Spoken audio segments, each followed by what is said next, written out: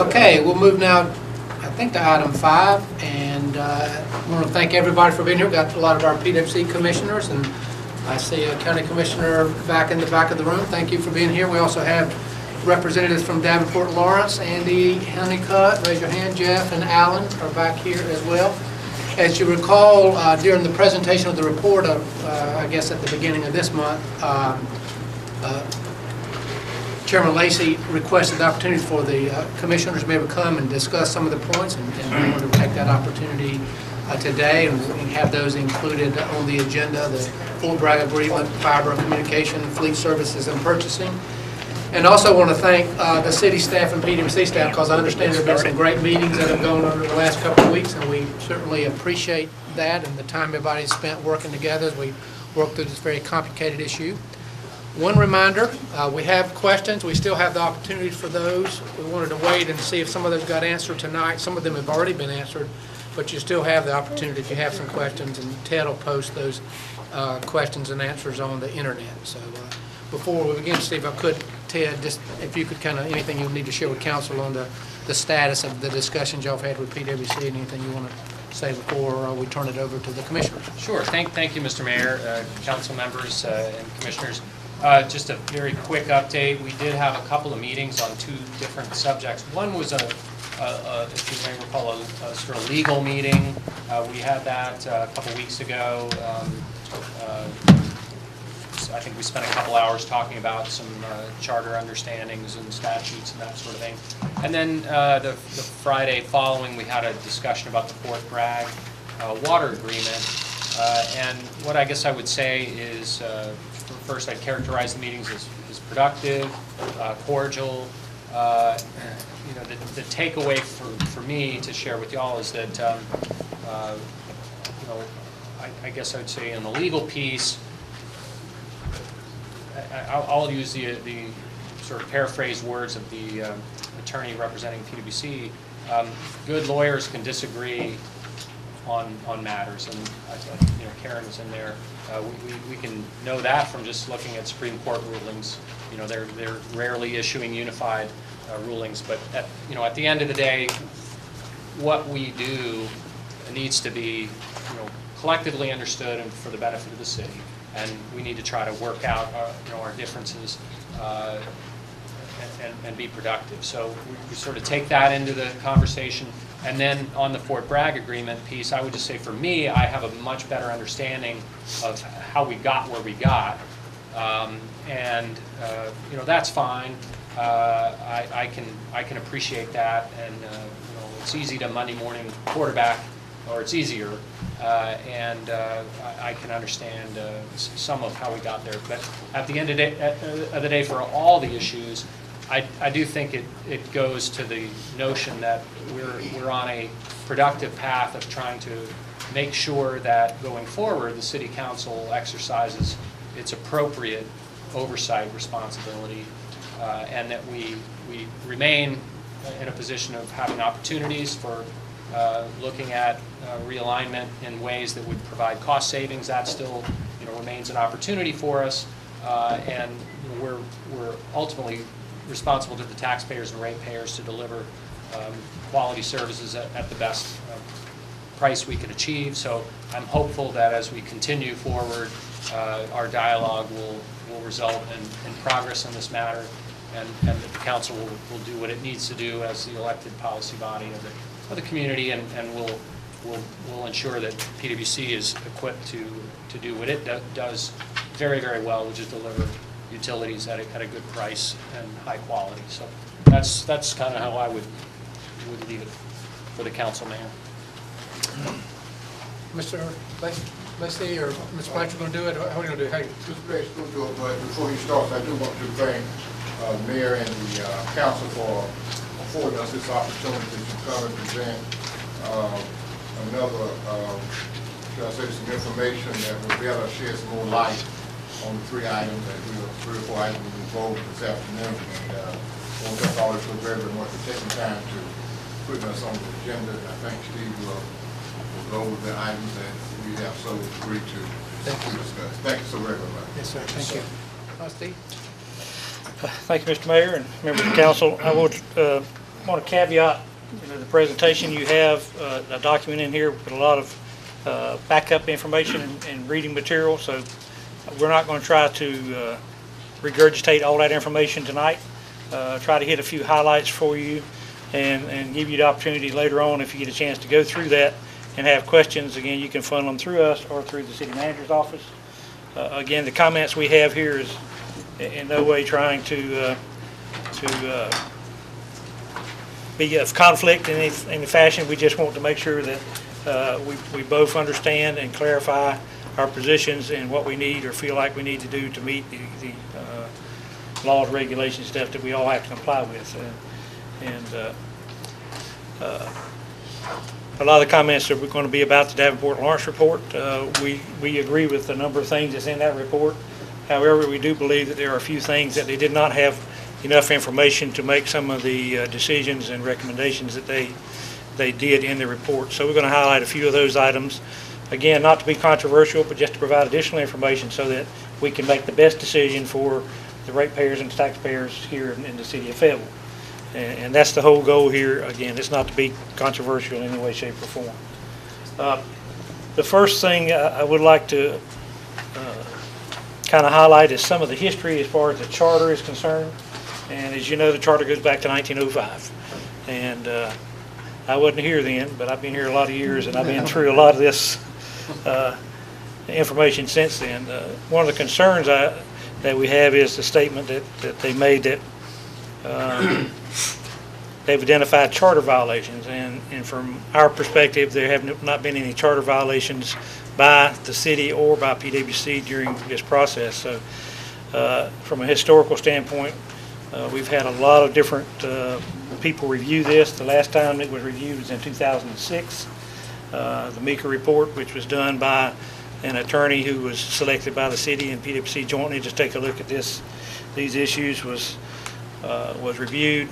The best position at that point in time was determined that the best way to interpret the charter and those types of things at that time was to apply the Local Government Budget and Fiscal Control Act to PWC just like it applies to the city. And to that end, in January the 9th of 2007, the City Council took action and changed the city code, adding section 2-33 in the city code, which says the Public Works Commission Deputy Finance Officer, and in turn it identifies several passages in the Local Government Budget Fiscal Control Act which we are to operate under, and that's what we have been doing. We haven't changed that philosophy, and was not a new philosophy. That was just codifying, if you want to call it that, the existing philosophy we've done. And again, we've had several attorneys over the years that have looked at it. There is truly no definitive answer to it without going back and rewriting it.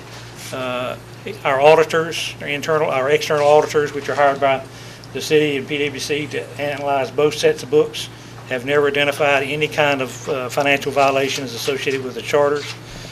Even our bond counsels, which the city uses bond counsels and we use for our selling of revenue bonds, and we've had a number of them over the years. Large law firms, Hutton & Williams, Sidley Austin, Brown & Wood, Womble Carlisle, Sandridge and Rice is our most recent ones.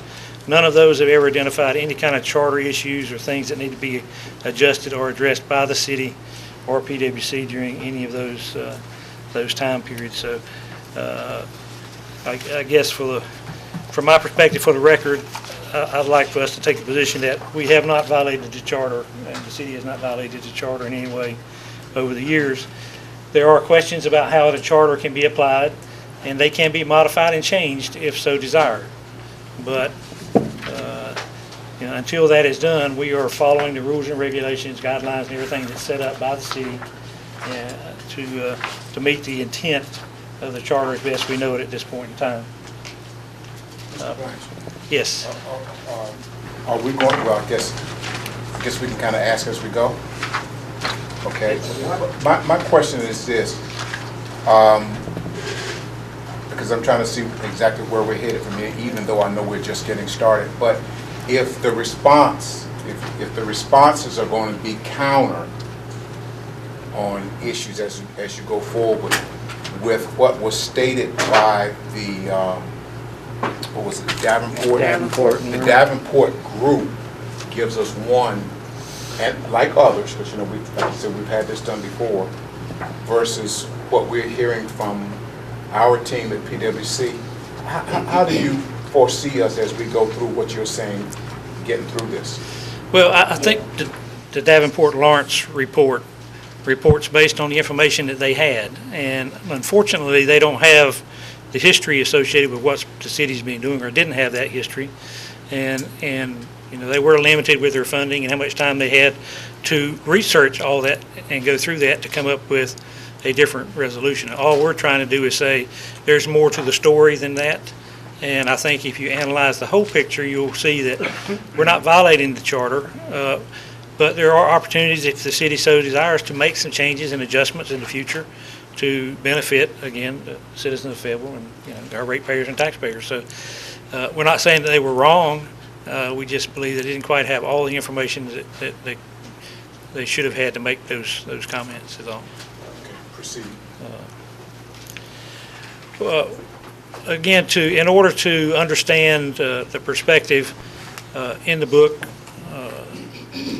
DavenportLawrence on page 13 and 14 had some their statements. I think the right term is position statements, and I'd like to just clarify some of those statements. I think it's important to do that in order to understand where the total picture needs to be painted at this point in time.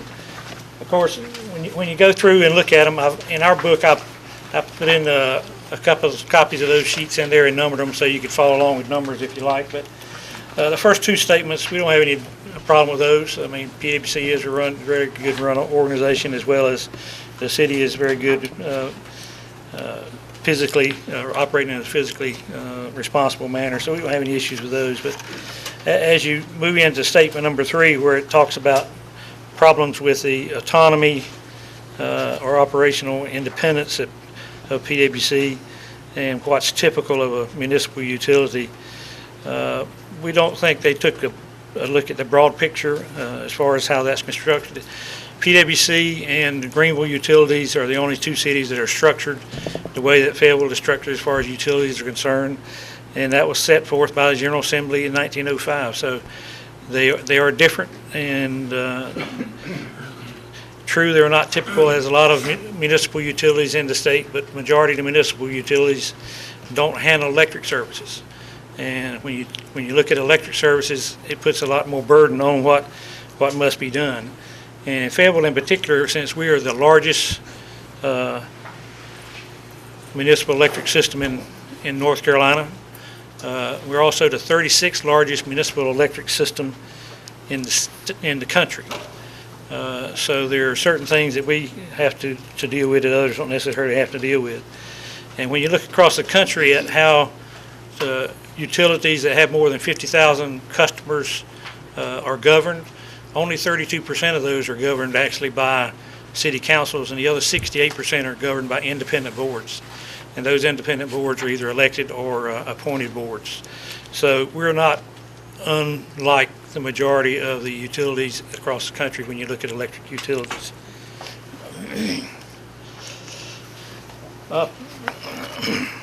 When you look at number 4, basically us not operating substantially different than other municipal counterparts. That's true to a certain degree. We do provide electric services and water services, sewer services like most other utilities. But being the largest and doing some of the things that other utilities don't do does cause us to have to do some additional things. We're the only utility in the state that actually owns and operates a power plant. A number of utilities do own part of Progress Energies or do Progress Energy power plants, but we're the only one that owns and operates a power plant. We own 230 kV transmission, and even though we only own small pieces of that, it puts us in a different category of different things we have to do, and we come under a lot of the regulations and requirements that are associated with that. Things that come from the Federal Energy Regulatory Commission, the North American Electric Reliability Council, Southeastern Electric Reliability Council, even the North Carolina Utility Commission regulates some of those issues that we have to deal with on a regular basis. And the most recent one y'all probably heard about, cybersecurity is a big issue with utilities that are in the power business, especially those who have power plants and own some level of transmission service. So those are just some of the requirements we have to deal with. Some of the smaller utilities who deal with some of these issues actually rely on the power agencies, the Eastern Municipal Power Agency and Power Agency 1, to try to do some of their accounting and keeping up with the requirements for those particular issues. Mr. Blanchard, Yes. on power plants, what do you mean by the power plants and which ones do we own, or PWC own? We have a power plant out off River Road. It's about 250 megawatt plant. It's Which one is that? It's about the Warner Generation plant. Okay, and I thought we leased that or sold that to Progress or Duke or somebody. At the present time, the output of the plant is leased to Progress or Duke Energy Progress, or how they want to be called nowadays. But we still own the plant, we still operate the plant. They just dispatch it, and we're responsible for it, and we still have to fill out all the reports. And So they just buy the output? they buy the output, and Okay. they dispatch it for the needs of the total system, their total system, not just the needs of PWC. Okay. So yes, we do still have that plant. The city still owns that plant, so Okay. it's a city asset. And does, I know it's a little something different, I guess, but on the wastewater plant, Hoffer plant, I think it's Hoffer, 301 plant. No, it's not electricity, but the methane gas, do we still sell that to Cargill or somebody? Wasn't that coming off of there, or is That's off that? the landfill. It's, Oh, the landfill? yeah, the landfill has some gas, methane gas that's sold to Cargill. Position statement 5, which talks about our internal control culture. I think DavenportLawrence actually in their first bullet kind of stated the fact that we have an internal control structure that leads to efficient and effective operations, and we agree with that. That's what we intend to do. But it doesn't cause a lack of transparency from our perspective, and we welcome ways to be more transparent. If anybody has any ideas, I mean, we have now an appointed liaison from the city who attends our meetings. We have liaisons from Cumberland County. We have liaisons from the town of Hope Mills. The media, Andrew in particular, is there a lot of times, or most of the times. So we're open to the public. We follow the sunshine laws and rules just like you have to follow, and if we have some other ways that we can be more transparent to our customers and to our citizens here in Fayetteville, would be glad to try to implement some of those things that may be of benefit. But Well, Mr. Blanchard, now that we own Fay Channel 7, is that what you're calling it now? Maybe we could, in the future, see about televising y'all's meeting, since it's what, 9 o'clock, 10 o'clock in the morning? 8:30, Or maybe see about second, fourth Wednesday morning. televising or doing a replay later at night or something. Well, that could be a possibility. We do have an agreement, or working on an agreement with the city to continue our TV show that we had previously on the other channel, to continue that, as well as some additional work for them and continuing that. Yeah, I hate to see Jim Dandy go. And number 5, it did also reference support of the city, and it moves into number 6 also in their report. Talks about a relationship where we just work at a required level and not above just what's required. And I have to take exception to that. I think if you go back and just in this group, as well as I know Mr. Mayor's been here a long time, but when you look at things like supporting economic development, we have a joint agreement with the Alliance of, or the Economic Development Alliance of Fayetteville Cumberland County. We're a funding partner. We actually fund through the city. The city's the one who has the agreement with them, but we both participate in those endeavors on a regular basis. The parking garage, I think, is a great success for the community first parking garage the city has owned. That was a joint effort. PWC was heavily involved with the city and the county on that one. Even your Buy Fayetteville First program, we're the ones who is kind of spearheading that to some degree through our purchasing department and trying to get information and provide information to the city, again, from that. Mr. Yes, sir. Blanchard, in your notes, just for record, let's let it say hire Fayetteville first and not buy Fayetteville first. I just appreciate it. It makes my heart feel better. The chamber has a buy. Oh, did you say chamber or did you say Chamber has a PWC? buy Fayetteville first. What? Well, it was just something that This- made me feel better. That was it. That's all I was speaking. It was no big It's issue. kind of branded differently. Yeah, Yeah. yeah. That's branded right. Yeah. Hire Fayetteville first, but go ahead, sir. Okay.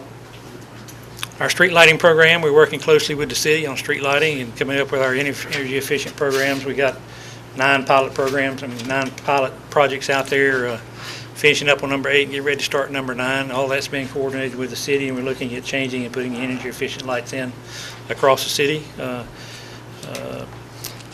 Mr. Mayor can go back and remember Rim Road. That was a major project whenever we first done annexation in Phase 5 and found out there was a contaminated area in the city.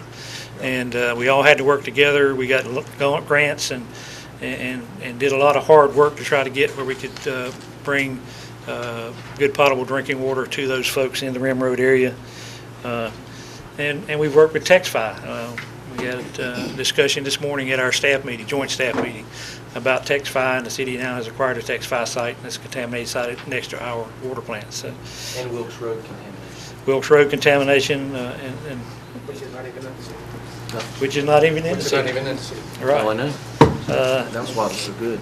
Yeah, and then we've done, jointly downtown, a lot of work on downtown and revitalizing the downtown area, taking the overhead and stuff down and putting it underground and working with the city on sidewalks and streets and those kind of things, Gillespie Street, Green Street, Person Street, looking at all those. Most recent one, of course, is Russell Street, where we went underground all the way from Gillespie Street all the way to Bragg Boulevard, and I think most people agree that's a fairly nice looking area now as we build a multimodal center and all those kind of things down there. There's hopefully be some additional changes.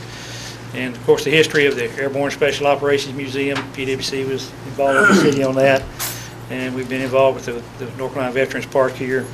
And probably one of the more important things is our policy that we put in place to match the city policy about extending water and sewer would require annexation. So again, there's a lot of things I think that are sort of above and beyond what's just required that we're involved in together, and it's been for the good of the city of Fayetteville and the citizens of Fayetteville, not just for the good of PWC.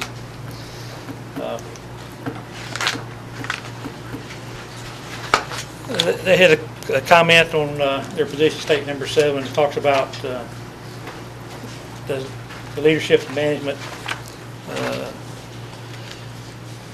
Our position basically is that we don't support any kind of us and them attitude from our perspective is associated with our relationship with the city, and we're not aware of any way that has eroded public trust as far as we're concerned.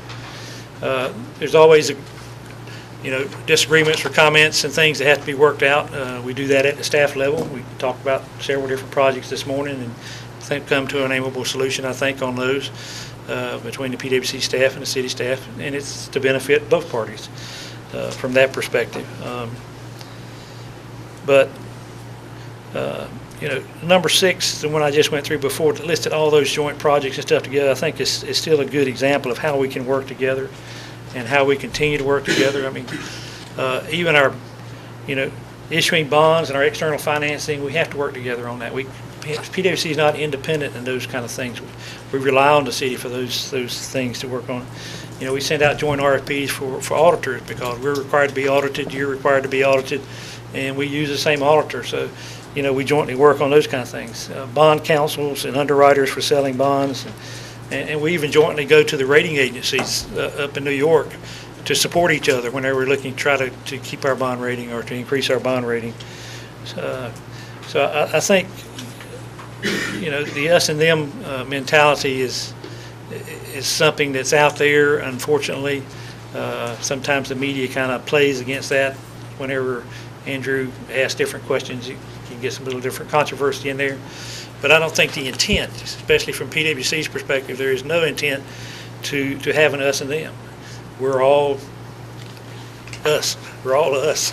We're we're not different. We're not different. We're not, you know, we're not trying to act different. We just have to follow the rules and regulations that we think that we need to abide by to be, you know, and things that we've done in the past. I mean, even things we can talk about a little bit more in just a minute is our fleet operations and our purchasing and things like that we handle for the city, and then the city also handles the radio communications aspect for PWC. You know, there's a lot of things I think from a positive perspective that we do together that we can kind of shout about in the neighborhoods. Number 8 talks about our external messaging. Somehow our autonomy affects our external messaging. I'm not sure what they actually meant by that, but the reality is in the utility business you have to do a lot of communications, and it's becoming more and more important to be able to communicate with our customers. Technology is changing, and information is the route to everything. Smart grid is coming. You'll be having something on your agenda in the next few weeks probably, where we're going to try to select a smart grid application that's going to be in the millions of dollars to apply for with our customers. But it's becoming more and more demanding from our customers wanting information now. I mean, if you want to pay your utility bill now, you can pick up your telephone and through an app pay your utility bill. You couldn't do that 40 years ago when I first came here. They didn't even know what phones were hardly. But things are changing. We'll continue to change. We'll be able to provide information to our customers, and they'll be able to look at their usage almost instantly of what they're using for their utility services.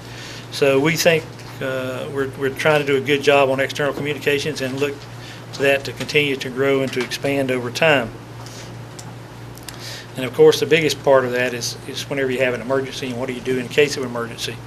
And you know, we're trying to more and more adapt our communications strategy and methodology so that we can keep people informed. And y'all get a lot of calls too if we have any kind of major outage, water outage, or power outage, or something like that. And we're trying to get information out as quick as we can, whether it's electronic messaging. We actually send texts to cell phones and stuff now, trying to get people information as quick as they can.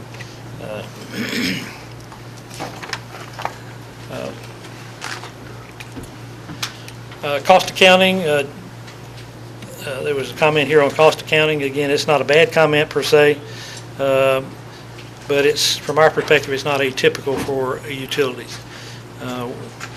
When you look at the accounting methodologies we have a complex system, and we are a utility enterprise system, and we have to provide and do things with our accounting and numbers to help us do our business and do it right.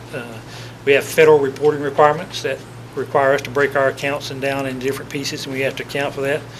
And it's called a FERC accounting methodology. We use that to do those. We also have to break it down in such a method that we can do cost of service accounting, so that we can actually set rates that are fair and correspond to the actual costs that we incur whenever we are providing those services to different classes of customers. So we need to have that detail.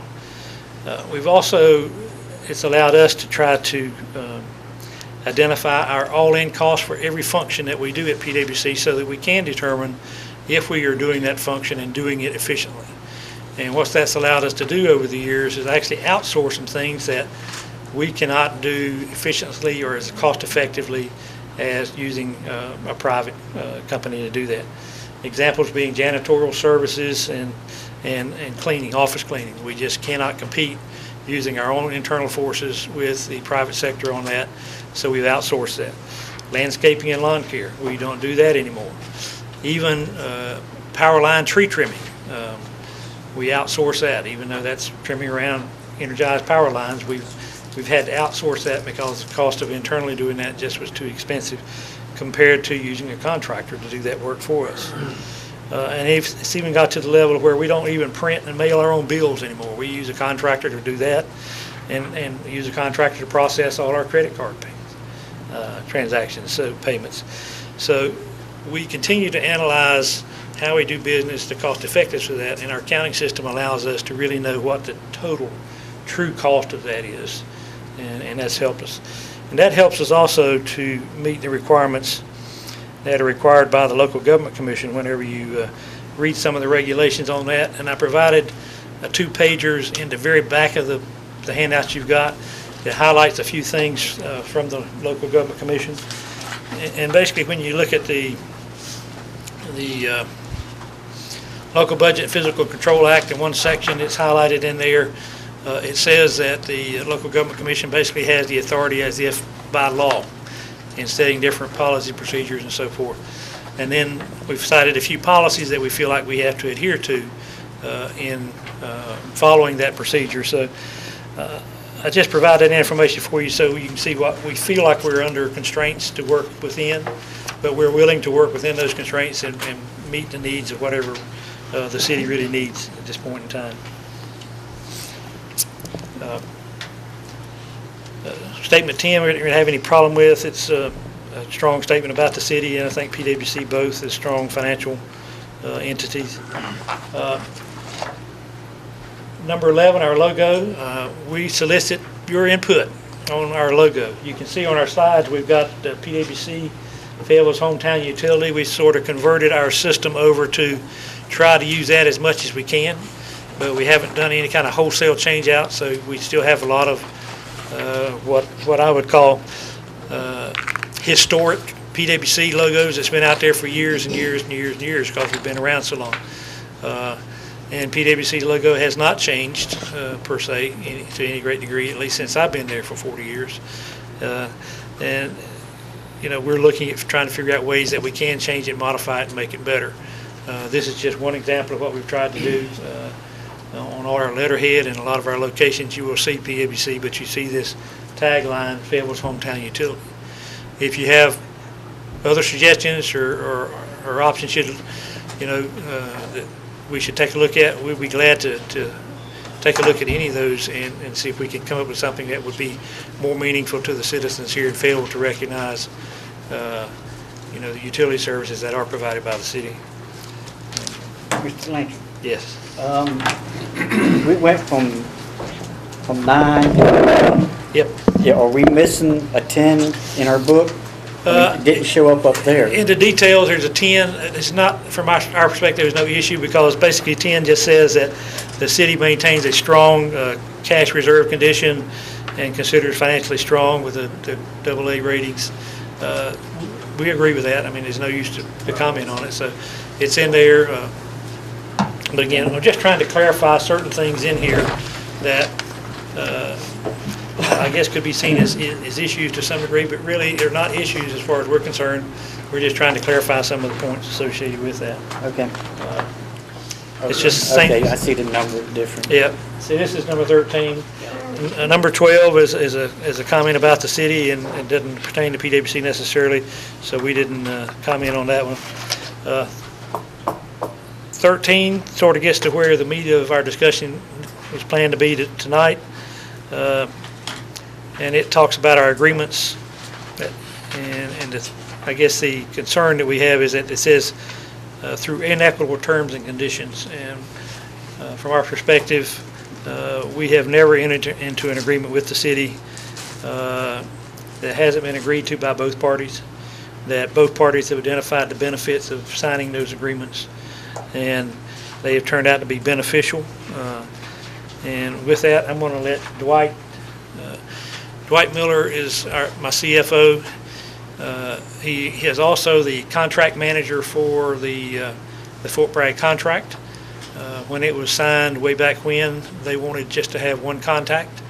At that time, James Rose was selected. He was the chief administrative officer back then. He's since retired, and Dwight has taken over that. So Dwight's done the due diligence and provided you a lot of information in your book. He's going to hit the highlights real quick on Fort Bragg. So.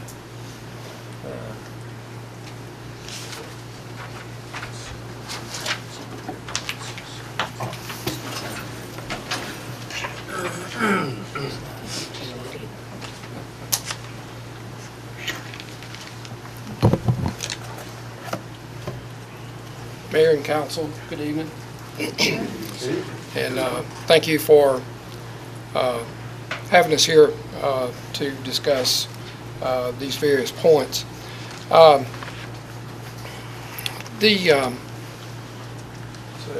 we'll start back. This, the Fort Bragg contract basically started back in 2003. So it's been 10 years now since we've initiated the conversations and all. And just a reminder, and also to go through, to refresh everyone's memory, because so many people are not a part of the city or part of city council or today that was there in 2003. One page that I would like for you, or one section, is the beige section in your handout.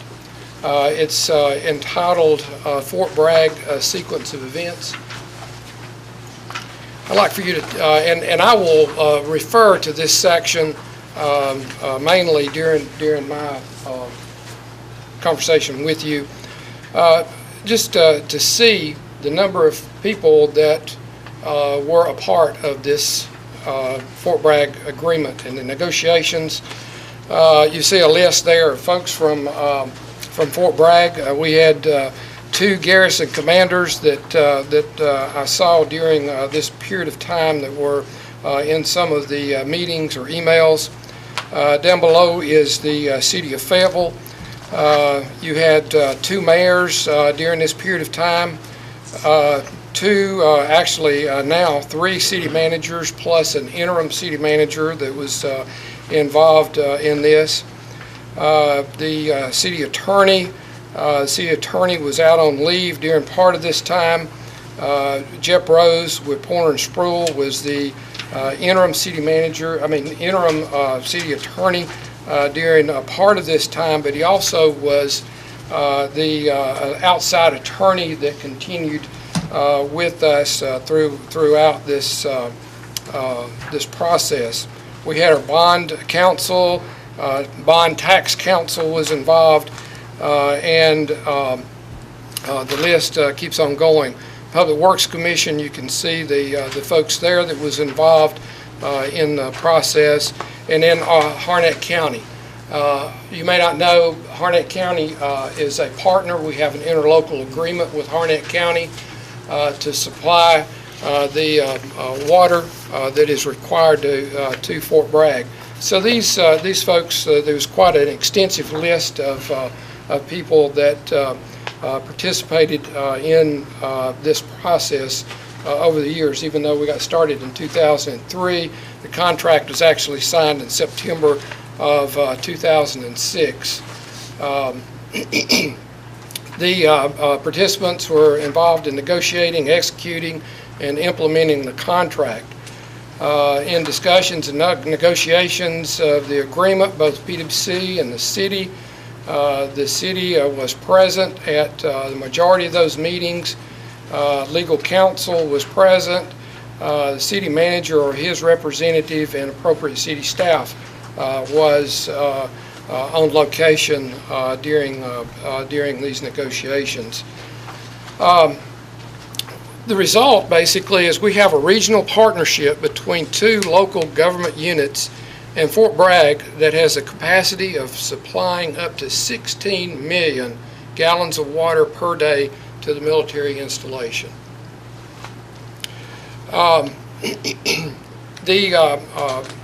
Fort Bragg, during this process, they put out an RFP to privatize their water and wastewater distribution system, which was operating some antiquated plants and the whole distribution system on post.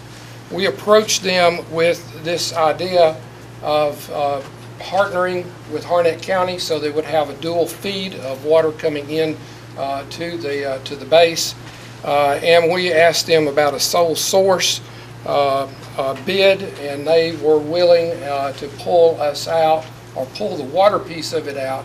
They did privatize the distribution system on post itself. The first draft of the contract went out in August of 2003 to be circulated around. In that draft contract, a part of the deal throughout this was the annexation of Fort Bragg and the distribution of the gross receipts tax or the franchise tax that would be distributed back to Fort Bragg in some manner. In that contract, it was a 50-50 distribution, that first draft contract. An interlocal agreement basically with Harnett County, we were pursuing that. The city took part in all of the gross receipts tax and the annexation piece of it. So we were at the table, we heard those conversations, but we were not actively negotiating that piece of this contract. And by the way, Tom McNeil was the city's contract person. They contracted with Tom McNeil to move this process along and to coordinate the process of bringing this contract to fruition. Our part basically was the contracting for the line, installation of the line to serve them, setting acceptable rates to Fort Bragg, financing the construction, and the interim operation of the water plant. So PWC was designated as the primary contracting entity with Fort Bragg. Harnett County then having the interlocal agreement with us to supply their portion of the water.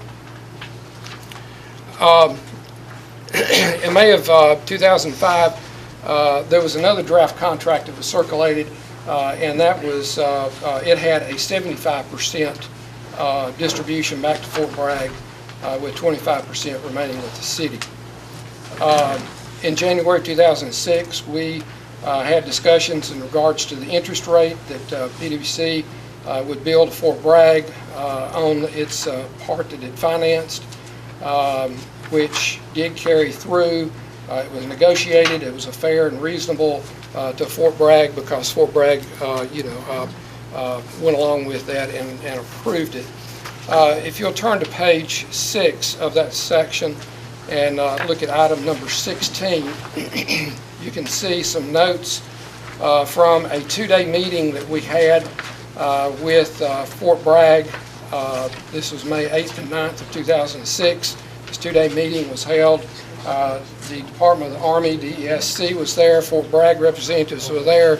The City of Fayetteville, and PWC and Harnett County were all at this meeting. And the 22nd of May, the City Council received a briefing from Jeff Rose, the attorney at that time that was looking at and advising us on the contract, basically writing the contract. And then also the city, the Public Works Commission was briefed with the same briefing on May the 24th. Some of those notes are on page 6, number 19. Then the blue page that is behind this section is another briefing that was given, that was either circulated or given.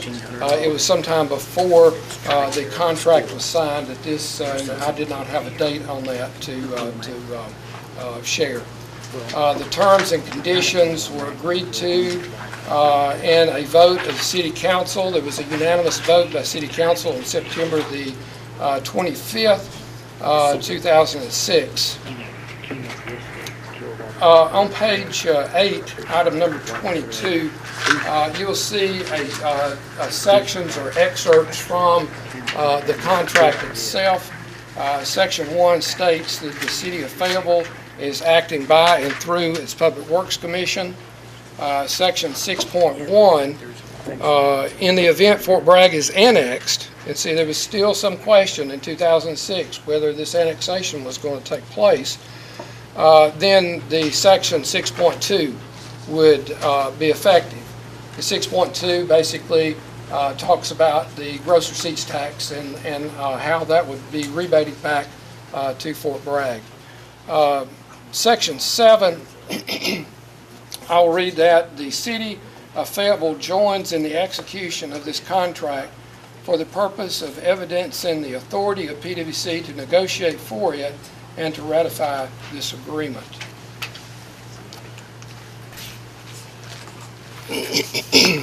The loan to Fort Bragg is through the utility. It is on the utility's books.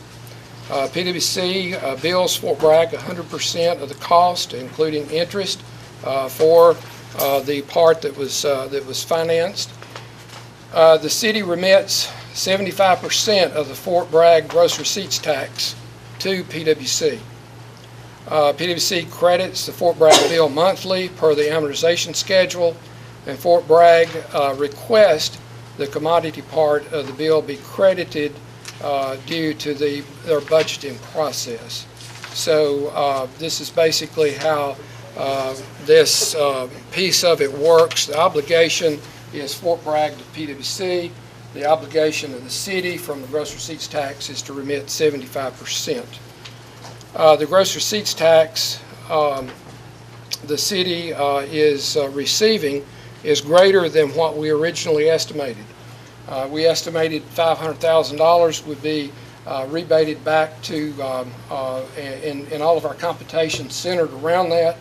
The gross receipts tax has amounted to That's per month. about Per month. 500,000 per year. Per year is what the estimate was when we originally talked about this. The city is receiving, associated with the Fort Bragg annexation, over $900,000 a year. The annual amount that is coming off of the amortization schedule that is amortized each year is $638,544. And all of that is in the narrative piece of the that you have in the book. Of the gross receipts tax, if the gross receipts tax had come in less than the $638,000, then Fort Bragg would have had to make up the difference in that. So if it had gone the other way, then Fort Bragg would be liable for that. The city, at the signing or after the signing of the contract, the city had asked for more clarification in regards to the interest rate, the amortization schedule, and we had a post-award meeting in October where we asked the question to clarify that. At that time, Greg Bean he had retired and he was working for the garrison commander in the garrison commander's office. He confirmed that the annexation would cover the entire cost of the improvements to include all principal and interest. And you can see some of that on page 9, items 25 and 26. I need to find page 9. Hold on one second. What color is that page, Dwight? I'm sorry. It's in the beige colors. Thank you.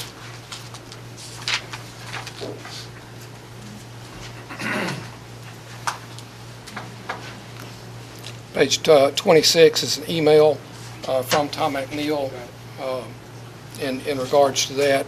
And number 25 is an excerpt from the meeting notes of the post-award meeting.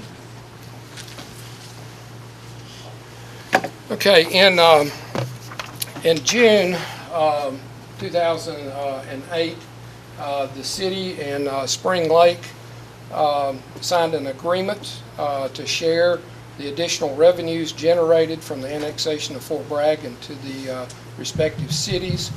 And on September the 1st, 2008, Fort Bragg is annexed into the city. The yellow page behind the beige pages toward the end, there is a newspaper article there of September the 16th, 2008, and it talks about a win-win for all parties involved, quote in there. And then also Andrew Barksdale chose to use his quote there, or quoted from his article, that says the city and Spring Lake will reap additional revenue from state shared taxes on utility companies and liquor sales, as well as POW bill money for street improvements. The municipalities will dedicate 75% of that new revenue or about $500,000 a year toward paying off the debt on the water project. Then the modifications.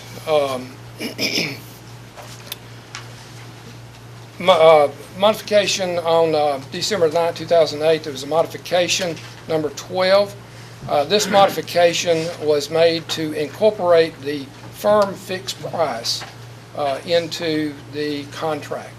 The contract was basically had a estimate in it, our engineering estimates. This amount that was actually less than. Our numbers came in, I think it was about $900,000 less than what was in the estimate. So this, at this point, the government could look at the numbers and say, we're not going forward. Or at this point, they could say, we will go forward with the construction. They did decide at this point, that was an opt-out basically, and the government was owed us for the design and engineering of this line to this point. So it was a walk-away point that they could have made. So there was no negotiations or anything of contract or contract terms. It was simply inserting into the contract that firm price. Those that work with government contracts know that there's a modification for everything. Anything that takes place, there's a mod. And we are up to 56 mods to this contract at this point. September 10, there was modification number 26 was made to pay off the Harnett County loan. So the government said we're going to defease the bonds. We're going to pay off that portion. And again, that left PWC's obligation and the interest rate still at 6.5%. And what would have triggered them electing to pay off the Harnett County loan? They saw an advantage there. The Harnett County loan was at 7.61%. And Harnett County issued those bonds in 2008 prior to the construction beginning. The construction began around 2008. The conversations basically was there was no incentive for them to pay off the PWC loan because they were taking advantage of the 75% rebate that was negotiated. Yes, sorry. Where it says on B, PWC's loan to Fort Bragg bears an interest rate of 6.5%. Correct. How was that determined? Was that a negotiated piece? How did you, was it the market, some sort of comparison to the market, or what?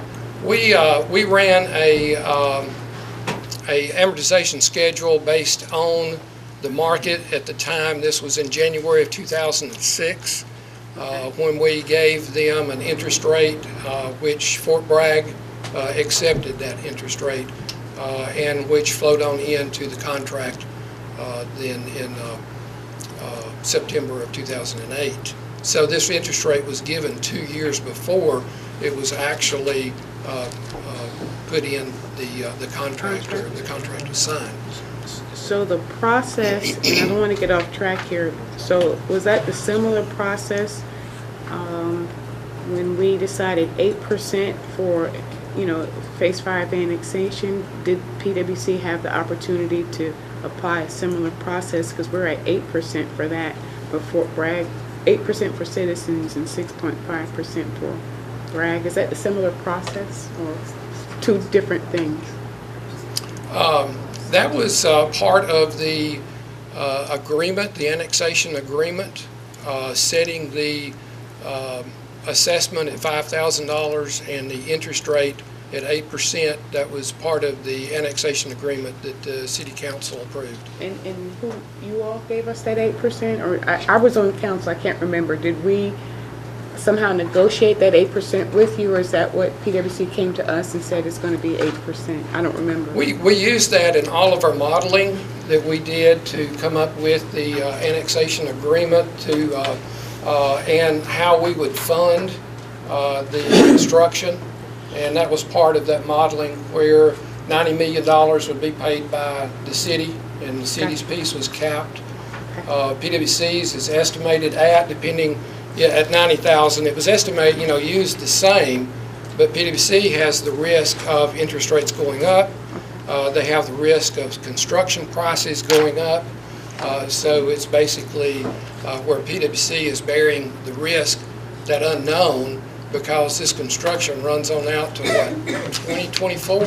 Yeah. And the payoff runs out to 2030 something. Okay, all right, thank you. So, let's see, page 11, item number 40. The legislature on July the 17th passed the Tax Simplification and Reduction Act. This act will eliminate the gross receipts tax, or the franchise tax, as of July 1, 2014. Therefore, the city will not be receiving the gross receipts tax from the state.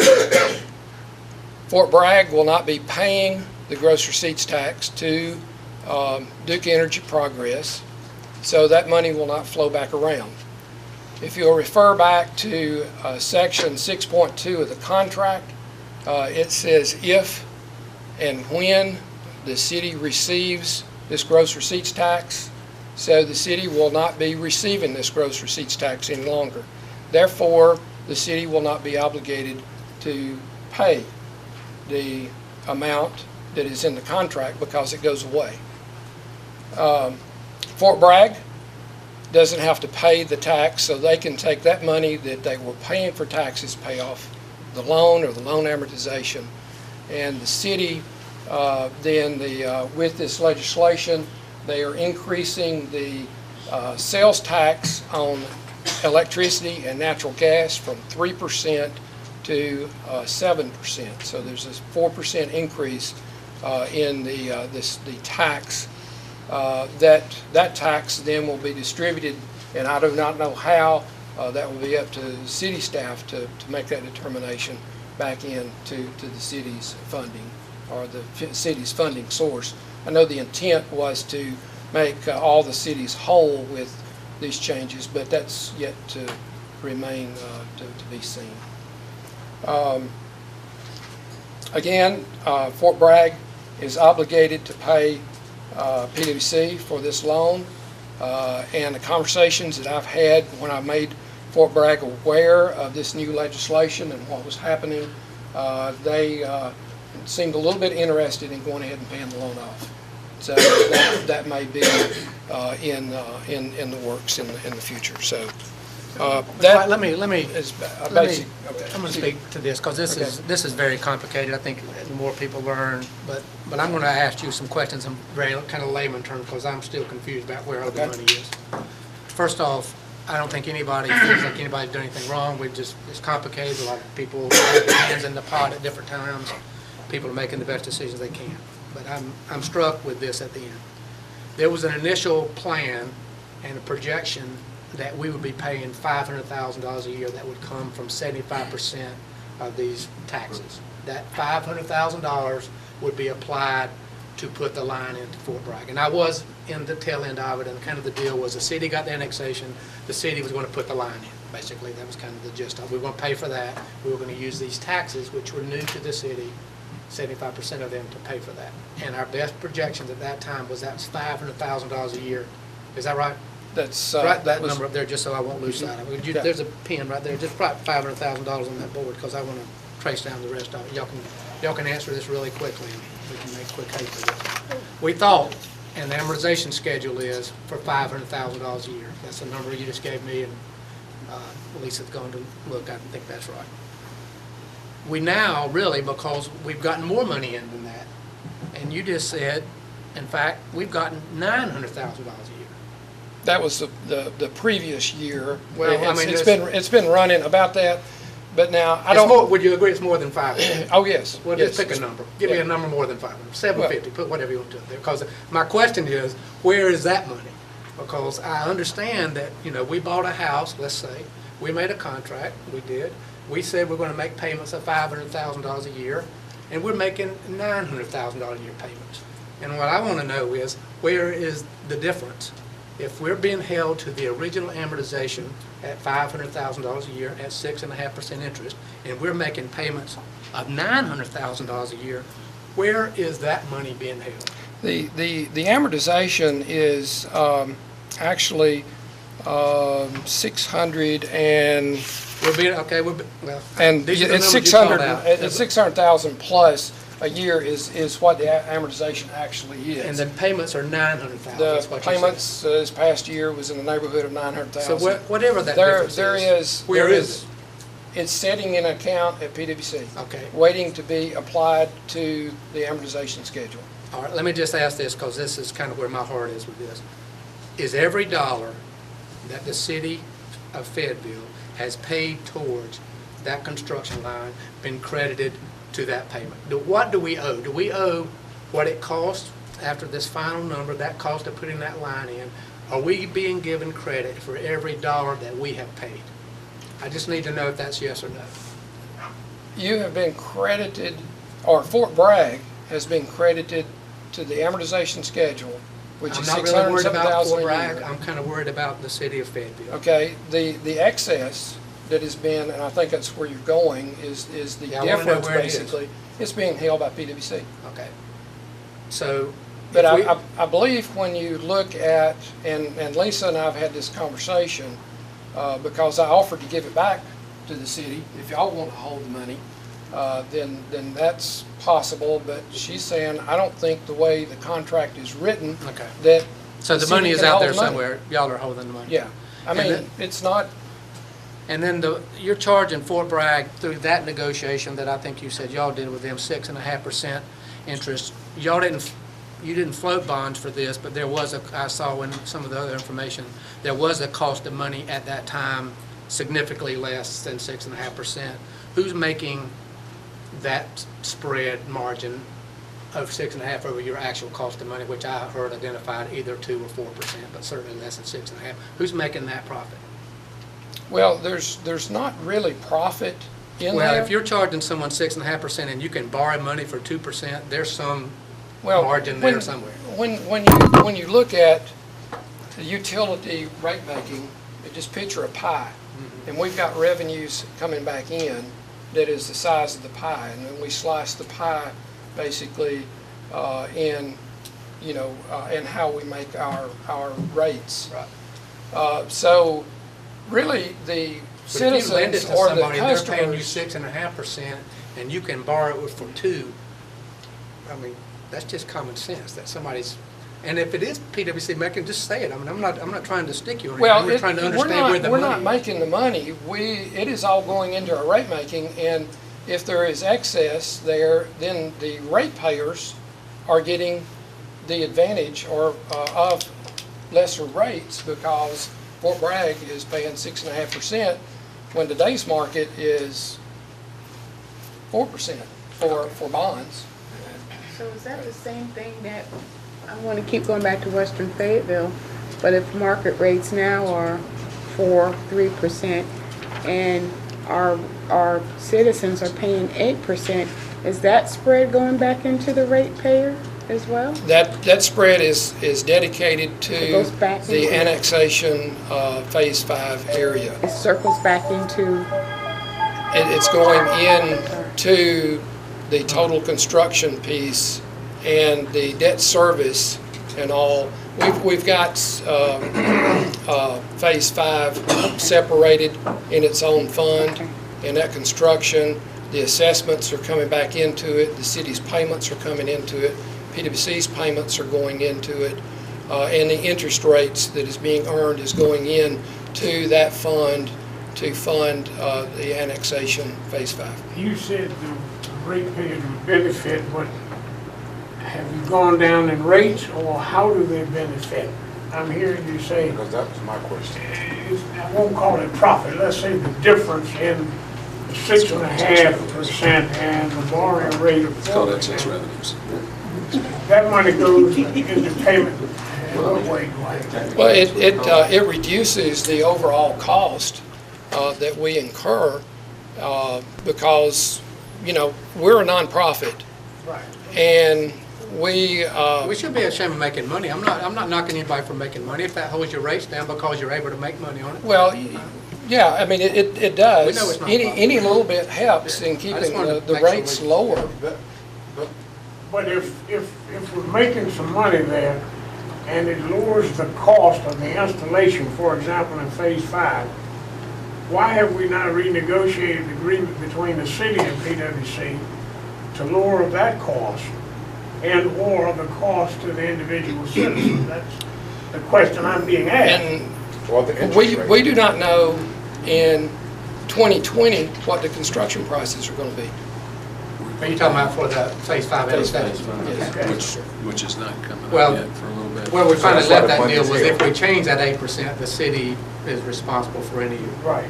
Okay, anyway. So, not being able to look into the crystal ball in 2020, are you saying to me that if there's a profit, or whatever better use of term, you're putting that in that fund? That is going into that fund, that, like I say, it is a separate fund that, for the construction and installation in Phase 5. Okay. And, And that way, as we anticipate, the cost of goods increases, therefore somebody's got to pay that cost as you subcontract. And so, in a sense, not going up on that part that the citizen has to pay is because of the money that we're holding from the difference in that interest rate. Is that making any sense? well, the Fort Bragg interest rate differential is part of the water Well, utilities. I'm really talking about that 8% The Val brought 8%, up. yeah, that is greater than it's going in, the borrowing rate. yes, it's going into that account. And again, PWC holds the risk. Okay. If construction prices increase astronomically in the next few years, then PWC's portion, the 90 million, will increase. And when that piece increases, it will be up to the ratepayers to make up that difference, because we're a nonprofit. Let me ask you this, I did this amortization schedule, kind of the one that we had, going back to the issue we're dealing with on this Fort Bragg thing, $53,000 a month payments. As of July the 1st, at 6.5% interest, at July the 1st, that balance should be $7.3 million off the amortization schedule.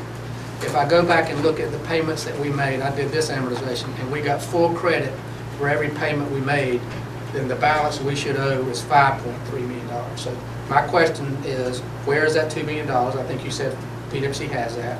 If these grants go away and Fort Bragg is going to have to end up paying for the rest of it, who gets that $2 million? The way I understand it, the city's obligation is 75% of the gross receipts tax Which that we is pay. received. Yeah. Okay, and you will be receiving more of that gross receipts tax because, through fiscal year 14 and possibly a payment will be made in 15. Well, I know it's not a clear cut, but let's say whenever it's So done. there will possibly be around $2 million that we are holding That you're that will be applied to the Fort Bragg bill on a monthly basis as those become due. Yeah, until that money runs out, and I think 2 years, something like, we'd have to do the math, but it could probably. So if the city were to call you and say, Dwight, how much right now, because I asked them to do this, and how much exactly does the city owe on this original Fort Bragg water line? And you refer to the amortization schedule of $7.3 million. And if we apply all the money that we've actually paid of general fund money, we really should be down to 5.3. I don't think that's a fair statement that we owe 7.3 when we paid it down to 5.3, and I'm going to be insistent that we're giving credit, whatever way that is, that's what we owe. And I don't see it. Was there anything in the different? Again, I go back to the agreement that, of the annexation agreement that y'all made with the city, I don't say y'all, the city made with Fort Bragg was at 75%. I'm happy to give them, and that's what that is, and if we're applied. given credit for the 75% that we've given them, then we should be down to 5.3, Well, I not 7.3. I'm not disputing the agreement, and we wanted to pay 75%, and we paid 75%. We're just asked to be given credit for all that we paid. That's all that I've asked for. Well, in order to give credit, that we would have to go back and negotiate with Fort Bragg so that they would allow that credit to be paid against their outstanding debt. Well, I Then if mean, Fort Bragg- that's, as y'all said, that's the kind of the deal you struck. That's wonderful. Well- All I want to do is make sure that if the general fund dollars have been paid, that we're given full credit for that. That's a reasonable request. Fort Bragg can only accept $53,000 a month. Well, Because then that's, when we call over there and we asked you, Dwight, as of July the 1st, 2013, what is the city of Fayetteville obligated for this water line? That answer should be 5.3 million and not 7.3 million. And had it been 5.3 million, we wouldn't be having a lot of this discussion, because then we would be saying every dollar that we paid, we've been given credit for it. That's all that we ask. We're not asking to redo any deals. We're not asking anybody to do anything wrong. We just say, we have paid this much money and we want to be given credit for it. That seems like a fair request. well, and I know we've had discussions, Lisa and I have, about, the city paying this off, and which, if you called and asked for a payoff, Yeah. That is reasonable, what you said. I'm not looking at the numbers, but, Right. The payoff amount, when you take that money, but you see, it's not to the city's advantage now to pay it off because the gross receipts tax is going away. Well, I'm not saying we're going to pay it off. I'm just saying, if Well, I mean, I call up there and say what's owed, I want to make Yeah. sure that what we're all saying is that 5.3 is owed versus 7.3. Well, I think from simple terms, if it's a loan and you call and say, what's my payoff, you might not going to be, you might not be planning to pay it off, but you want to know what you owe. And based on that scenario, the city would owe 5.3 million. That would be the payoff, right? And the real issue of all this is not that anybody, again, nobody's done anything wrong. I mean, it's just complicated. There's a lot of just side deals with Fort Bragg. It's the dysfunctionality that exists when we're together, the city and PWC, and we have this kind of confusion. I think that's what the bulk of all that we've really kind of talked about is, we're just not seamless here.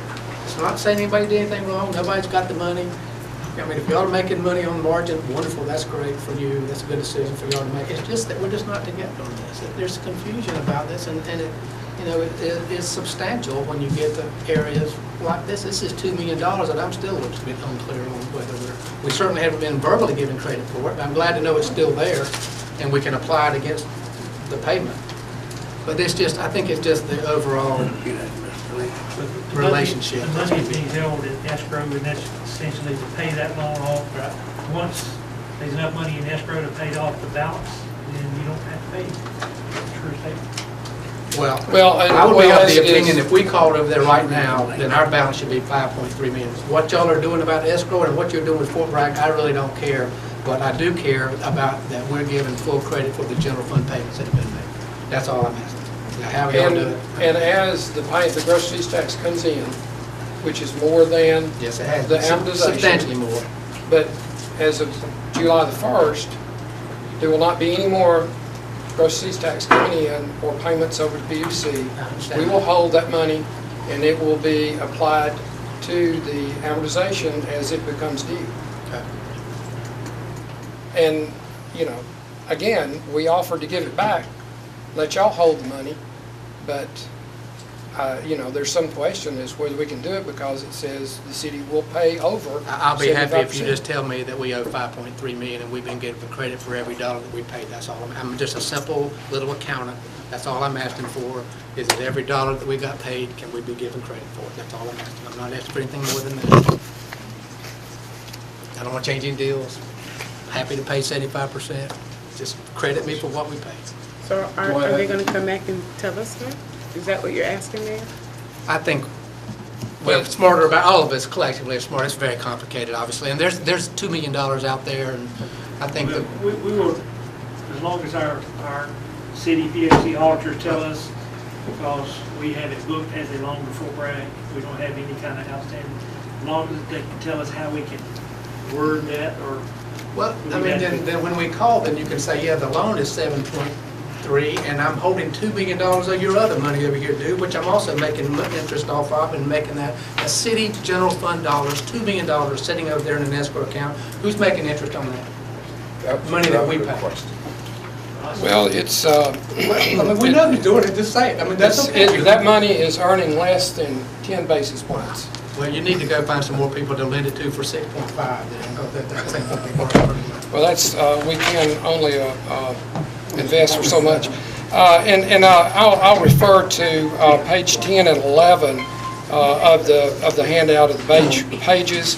There is excerpts there in 34, let's see, it starts in 32 of excerpts from the budget. Actually, it's 33 of how the budget states the city's budget, and then also how it's stated in the CAFR. Again, that's where we are. Mr. Mayor, can I ask And a again, question on it's basically a moot point after July 1. this? Well, we just want to make sure that $2 million, I mean, I do want to know what happens with that, even after. It is in an account at PWC. And then after, you know, we do want to, I think that is an open item. So let's say when the grants go away and Fort Bragg takes back over repayment, then do they get that $2 million to apply? Yes. That's what I wanted to know. And if they decide they want to pay off the balance, that gets applied and they pay the balance. Say who got the interest? All that goes with it? Interest is in the account with it. Yeah, I mean, we're earning less than 10 basis points on that piece of money. Because it, you know, it's in the NCCMT, all of that is regulated by the state treasurer's office as to what we can earn on that money. And since it is a short term, you know, if we were able to invest it for 10 years, we could get 1% of it. Right now, but we can't invest that for that length of time. Okay. We got to move on here, don't we? Maybe we're to let people borrow for their sewer extensions against it and charge them 0.2% and not 8%. I like that. We're back to, we're still on position statement 13, covered Fort Bragg. Promise you it won't take as long to cover these other issues that I had highlighted. Just to give you just a short background on Phase 5 annexation and how we got to where we are with that is back before Phase 5, there were 4 other phases. Actually, there were multiple phases within those 4 phases. The city and PWC worked on to annex different areas within the city over time. That worked out real well. We were able to move through on that. When Phase 5 came up, the city decided that they would like to annex a larger area. The city manager at that time, Roger Stansel, said that if they would annex that total area, well, I'm getting ahead of myself. Basically, if they wanted to annex that the city wanted to annex that larger area, PWC would send a letter over to the council and said, we can continue with the small annexations and funding those, but if you annex a large area like that, we don't have the funding that we could support, you know, annexing 25 square miles and providing water and sewer services. And the manager, Roger Stansel, at that time stated that the taxes coming in would cover those costs and PWC would not be required to. So the annexation went through. However, after the annexation took place, there was not enough money, so the next step was to apply the standard policy, which is 100% assessments. That's PWC's policy. It's been on the books for years and years as to how you pay for extensions. The cost to extend them was estimated at $10,000 to $15,000 per lot. The notice was put out, 100% assessment. The first public hearing that came about with the city, enough residents came in and complained about how much they'd have to pay, that the city decided to put a cap of $5,000 on the assessment cost. That left a shortfall of $5,000 to $10,000 per lot, and that's when PWC stepped in and came up with a plan to help the city jointly fund that difference. And that's sort of where we're at today on that and how we got in that position. May I ask a question? Sure. Mr. Blanchard? And anybody else may know that, because I've heard this this thought that Mr. Stansel's statement was that there would be enough revenue, and I presume that's from all sources, to quote, pay for the annexation, but then it didn't happen. What I'm unclear on is whether that's as a result of the substantial rebates the city makes to Cumberland County and other jurisdictions as a result of that, sort of the impact. Do you think that's? I think that's a combination. That's part of it. Another part was the fact that Gates 4 was not annexed, which was a big revenue generator. So there was a lot of different issues that came into play there that made the taxes a lot lower than the anticipation. So it may not have been that the calculation was wrong or it was misrepresented. It's just Right. reality is other things happen. I think, Lisa, you might know, I think we give $6 million roughly to Cumberland County in sales tax rebate that otherwise could have been available for, Yes. for this. Right. Steve, do you think sewer lines are utility services? I'm sorry. Are sewer lines utility services? Yes. And I was just reading something you give us, says North Carolina Department of State Treasurer policy. I am 100% in favor that we should not take utility money and hire policemen or anything. I'm 100% supporting that. But I'm also noted this last sentence that says it's important for tax and user-free equity to ensure that the general fund and each enterprise fund are self-supporting. I'm all about that. This means that utility customers, and you've underlined this means utility customers should not subsidize general government operations. And I know y'all feel very strongly there's some threat, or you feel there could be some threat that council, if they were exercising more authority, they might want to take utility money and make general fund appropriations like hire policemen. I've heard that said, and I share your concern, and I think council does, and they're sensitive to it. I would also point to the second half of that sentence, which is not underlined, and I would ask you, in light of the fact you just agreed that sewer lines are utility services, it says property taxpayers should not subsidize utility services. And I would ask, how do you reconcile that statement with the fact that our utility lines are being subsidized by 1/3 payment made by general fund, or i.e. the property taxpayer? So why would we not be more worried by the fact that our property taxes are now subsidizing utility services, not just the threat that our utility fees might be subsidizing general fund payments? You know what I'm saying there? Transfer agreements are accepted, and, are basically agreed upon amount. So just like the. So are you of the position that because I hadn't heard that said before, that's an interesting argument, that the transfer agreement that goes on during the year is in lieu of the utility paying for the sewer line extension? Well, let me answer the question. The simple answer is the utility, from our perspective, can install those lines. To install those lines, our policy is 100% assessment. So if the council is willing to do 100% assessments, those costs are covered. If the council is not willing to do 100% assessment, which right now they're capped at $5,000, then there is a shortfall of funding.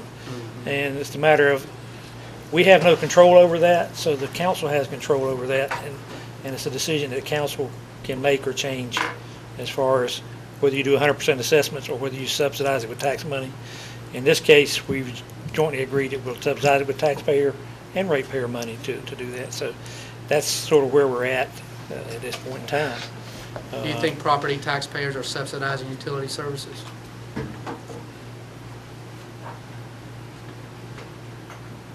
Indirectly, yes.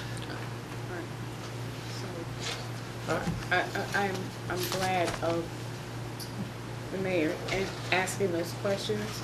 I remember when I first came on council, this is one of the first things we voted on was this 5-5-5 split. Mr. Blanchard, I'm just saying, we've got to find a better way.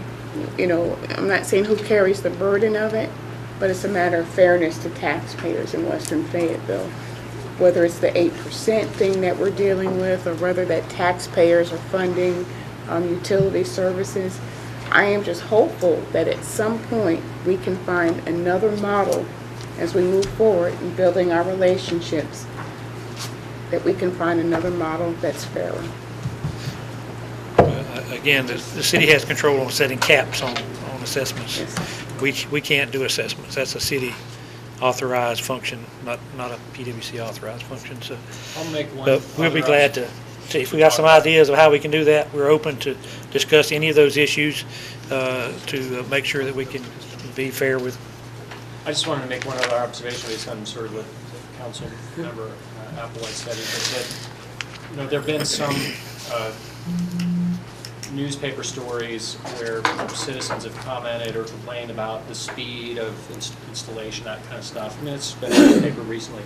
And I would just say this, right now, this is the relationship we have on who pays what, part by the citizen, part by PWC, part by the city. And what never really gets said is, if the city and PWC weren't doing this, then nothing would be happening. And I know annexation is not particularly popular. Nobody really aspires to want to pay higher taxes. But there's a reality here that hasn't really, or at least in my tenure here, been really reminded to people, and that is that the many years of constructing homes in an undercapitalized way is why we're where we are. And the only way to get that fixed is through some kind of arrangement like this that involves the city and its utility figuring this out. Otherwise, you'd be stuck with homeowners with no solution, with failing septic systems, and that's going on all over. There are thousands of homes in that situation right now, and we did not create this problem. And I'm not here to sort of point fingers at who did, but it wasn't the city of Fayetteville and PWC. How homes got built at that density with bad septic systems is the legacy, and we're about fixing it. We're about fixing that problem, and some credit needs to be given, to our collective institutions that we are trying to fix this over time, and it's going to result in the end in a better community. Sure, people are going to have to pay some money, but hey, you don't get anything for free. So I just want to make that Mr. Voorhees, if you come out west from Fayetteville, that probably is not something you should say. Well, there's no other way to fix it. No other way to fix it. Okay. Just as a sideline, as far as Phase 5 is concerned, we're approaching completion of about 40%, I think, or at least under construction, those types of things. When we done the survey originally, which was a good number of years ago, we tried to set up the installation schedule based on the responses there, tried to get the areas that needed it the most first, who had the most problems in those kind of areas. So I think we've addressed a lot of those. We've been talking internally about, talking with the city about the possibility of allowing us, or jointly, let's do another survey of those that are left and do a revaluation of who should be the next line, because it's been 10 years. So there may be areas that have more problems or less problems or whatever, but we have not done a survey since the original one was done back in the early 2000 time period.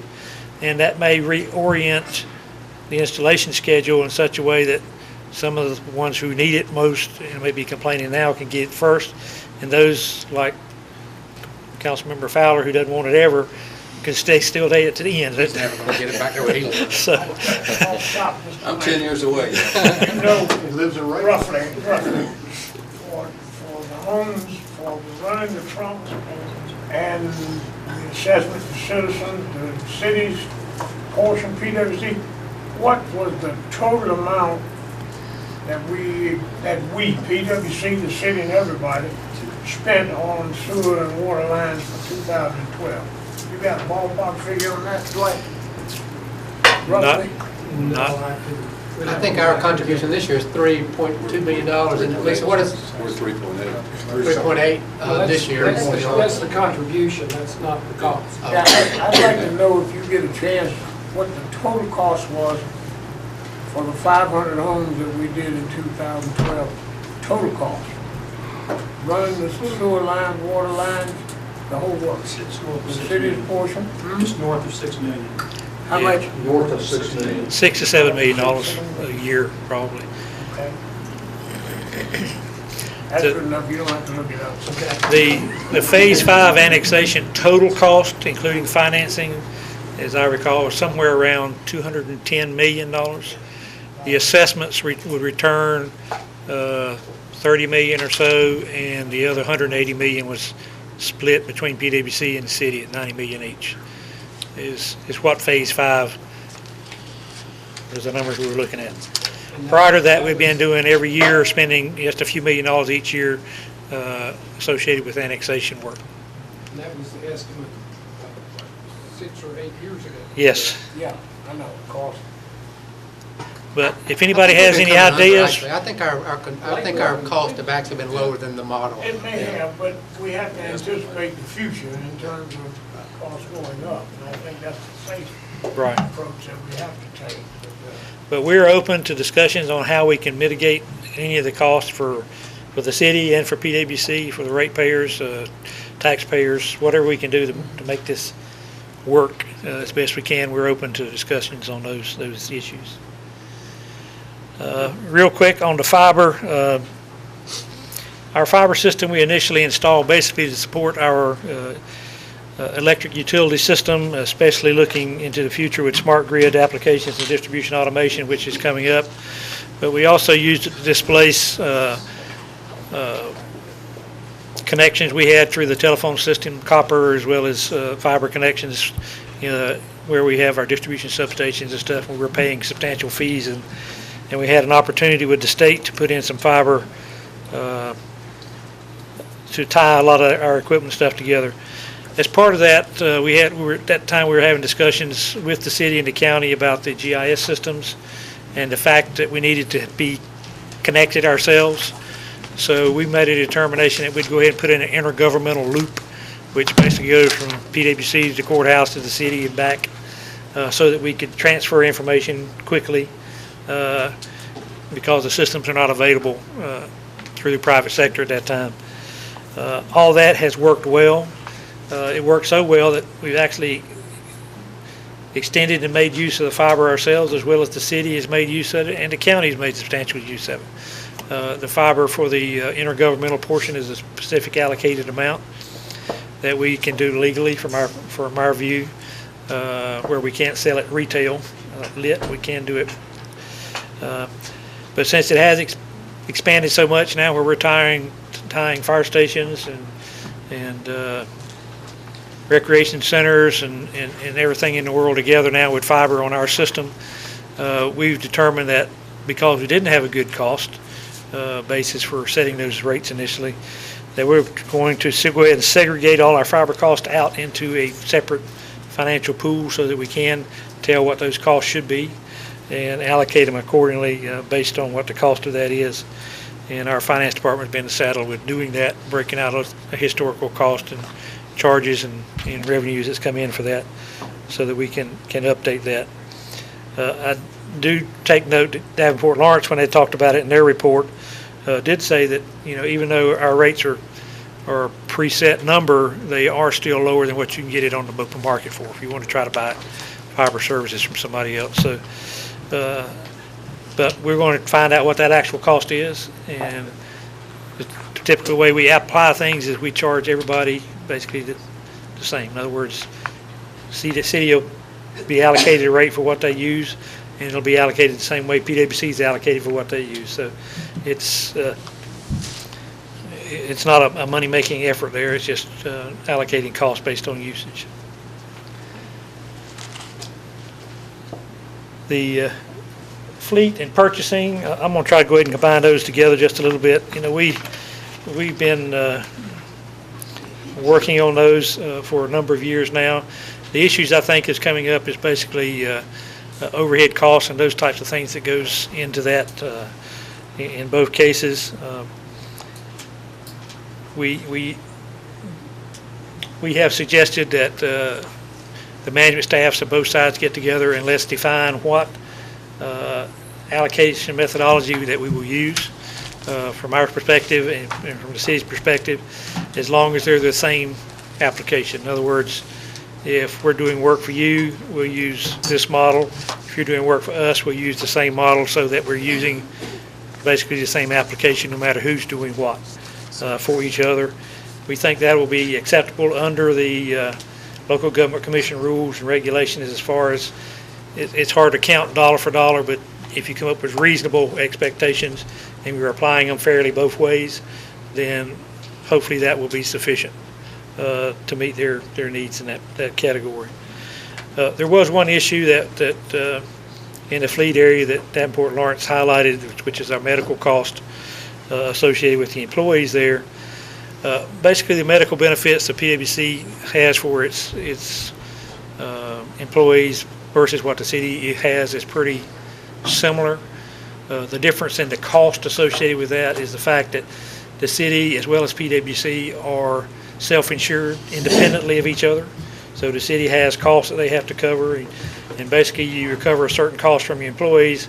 Everything else has to be covered by the city. And PWC is in the same boat. We recover a specific amount of cost from the employees, and then everything that's above that, we have that cost because we're self-insured, we have to cover. And unfortunately, over the last few years, we've had some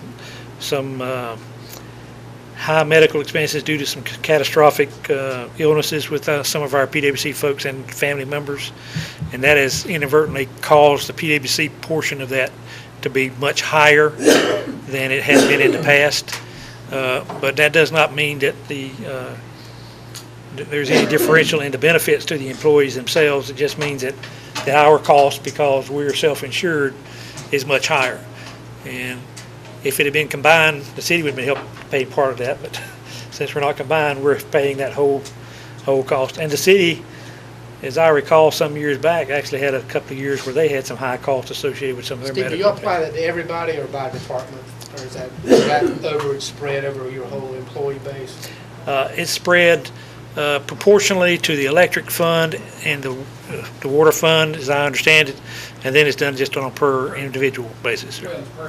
Per employee. But when you look at that one department, because someone has said, well, maybe they've got some bad experience in that health experience in that one department, but that is not that specific. That's an average. An average, okay. Yes. But we agree that we we can get together and discuss all those issues and come to a reasonable solution to that, and we can apply it hopefully to anything that we're doing for each other, whether it's fleet, whether it's purchasing, and once those things are taken care of, we can do that. So that would be our goal. Hopefully one of the takeaways from here is that you'll give us, at least, or the city and our commissioner give us a directive to try to come up with some reasonable solutions here. Very quickly, there's a couple of other position statements I want to talk about real quickly. In 14, it says the city of Fayetteville per capita revenue is less than that of its peer municipalities and significantly impacts its abilities to meet operational needs. And while we don't really know what the needs and what the costs are associated with PWC, it kind of inferred that PWC was overly staffed or had plenty of extra time. In reality, we are very lean, if you want to call it that, from a utility standpoint.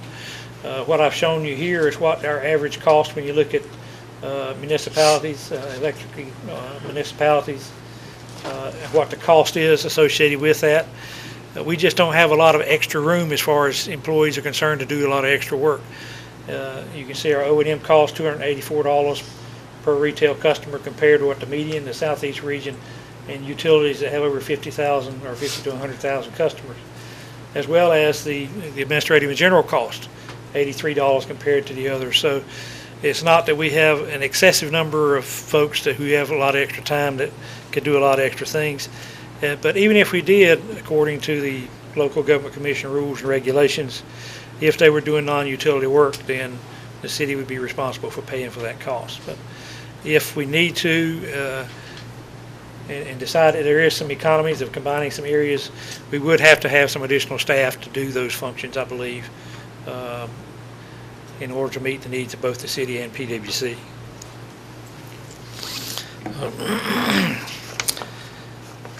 The last comment, I think, position statement 16. It was highlighted in the book. Basically, it talks about functional alignment, and we do agree that it's in the best interest of the public to be paramount and should transcend independent organizational interests. So we agree with that. That's one reason we've already done fleet, we've already done purchasing, we've done the radio systems, those types of things already. We do believe that there are significant historical or cultural barriers, though, that to some of our operations or cooperation, in that the legal things that we have to deal with. We've got to deal with the charter, we've got to deal with the local government commission regulations, and we've got bond covenants and those kind of things out there that we have to deal with. But, you know, we're happy that, you know, we'd be glad to discuss with the city how we can continue to improve our services, better serve the community, for the ratepayers, for the good of the city, for the taxpayers. As part of our strategic plan was and still is to try to identify those things. We don't believe there's sufficient information in the Davenport-Lawrence report at this point in time that gives a sufficient true cost or requirement for the city and PWC and what's needed in order to make a change. And until we get some of those costs and some of those numbers in hand, you know, we can't really conclude whether it's beneficial or not to start combining different areas of operation. So to me and to us, we need a lot more information to be able to say, based on the rules and regulations we've got to abide by, this would be beneficial for PWC and the city, and document it, number it, put some numbers or whatever it is on it. And we're very willing to do that. And I'll be quiet now and try to answer any more questions you might have, but needless to say, we are very willing to do that. We've done it in the past. We think it's been beneficial for the city and PWC overall, and we'd like to continue to do that in the future. And we believe we can do that amicably, if you want to call it that. Thanks for y'all being here, all the work that went into this report. Any other questions any council members have? I will say again that if you get a chance and want to read through some of the detail there, if there's anything missing, I can promise you we have documentation to back up everything that's in there. We'll be glad to furnish the backup information. We just didn't want to give you a volume like my briefcase over here. But if you do have questions, feel free to contact my office. Dwight, both of us will be able to respond. And or you can send them through the city manager's office as part of the Davenport-Lawrence process. And anything that needs to come through us, I'm sure the manager will send it over to us to respond to. So we'll be glad to work with you to make this a successful endeavor. Thank you, Steve. Thanks for y'all's attitude and information you share. It's a lot of work here. We know it's complicated, very complicated. Thank you. Do we need to move to the simple report? Well, what's the next step? What do you want to do? Well, I'd like to have a day or two to digest this more thoroughly. And I don't know when we'll come back for this, but obviously we've got some things that need to be ironed out. You want to put you on a good thing here, but could we be prepared at the work session? When is that? Labor Day, so we got a Tuesday. September the 3rd, Tuesday the 3rd. Tuesday the 3rd is the next Dedicate a work session. big part of that work session to kind of getting into it and getting the plan of attack. Is that what do you want to do? Wait, please. Well, I think it's going to require, not unlike the Davenport report, you want to take a look through this, since we just received it tonight, to kind of review more. How about that? The Yeah, I was Tuesday would be thinking- 2 weeks from last night. Tuesday the 3rd and September. I think it's the Yeah, 3rd. it's Tuesday the 3rd of Tuesday the September. 3rd, right. I do want to just call the council to your attention. There's a few items that we've already got kind of, that are slated on there, but one of them in particular that some had asked for some more lengthy discussions about this task force on economic development. So that you may want to take some time with that. So that one you may want to push that month, if you want to do this one first. I just don't want to under-discuss either one of them. The other items on there are pretty, Well, I know there's one other PWC item that'll be on that September 7th as well, that we talked about, and that's discussing the upcoming decision about smart meter stuff. And I don't know how much time that's going to take. Is that on the work session agenda? Yeah, it's on the work session agenda. It is? Yeah. It's a $50 million project, so how much do you want to talk about? Yeah, I mean, it's a pretty big project, and that's a decision that's got to be made, and it really needs to be, that's one that shouldn't be deferred. I would think, Mr. Mayor, it might be better because that work session appears to be crowding already. Maybe we ought to readdress this issue on the 18th September agenda briefing, just as we did tonight. We do the agenda briefing at 4, and then we look at this, the issue of PWC and the city. That's just an idea. I don't know. I don't know that I think the economic task force is tantamount to us doing something. Well, no, all that's coming at that, just to set the expectation for that, is going to be, the Alliance's reaction to our inquiry to them. Right. It's not we can reschedule that. It's not the whole enchilada. Yeah. If you recall, she's going to go meet with the Alliance, they're going to discuss it with their board, come back and say, this is what the Alliance can do, so this is not the, Well, maybe we can put this It's, on push that Thursday. back. yeah, this is not a big. We need further time and application. All right, well, let us just work with that, we hear you, we need to keep the ball moving, we've got a lot of balls in the air, we need to keep, let Ted kind of reflect on it, it'll be on one of those two. How about that? You got a full week, the rest of the week, the rest of your week full, where I would like to just come and chit chat with you some about what I heard tonight and ask you some I'll questions. make a point of tomorrow in particular, if you call. I'll try to or- get with you tomorrow. Sure. Mr. Voorhees, are you prepared, or would you be prepared at a future work session to give us your assessment, your thoughts about how we possibly could move forward? I'm not in favor of doing anything quickly, but if we're going to come back to a work session, what are we going to do? Just talk about it, or are you prepared to provide some sort of framework, because you all have had additional meetings we're not privy to? Would you be prepared to provide some sort of framework? That makes sense to me, I'd be happy to do that, sure. That's what I think. Anything else? So the expectation for us is, we're going to review this report, we're going to review the Davenport report. we'll Submit come any in additional questions. with our additional questions, and then that evening you'll have a recommended way ahead, or whatever you're going to call it. And also, we have the opportunity to call you, Yes, sir. come by here and sit, because that's what And I'll work with Sandra to reach out to everybody and see if I, right. make sure I touch base. Okay, sounds good. All right, thanks again for all y'all's work and good, healthy process here, and So meeting's moved adjourned. adjourned, sir. Thank you.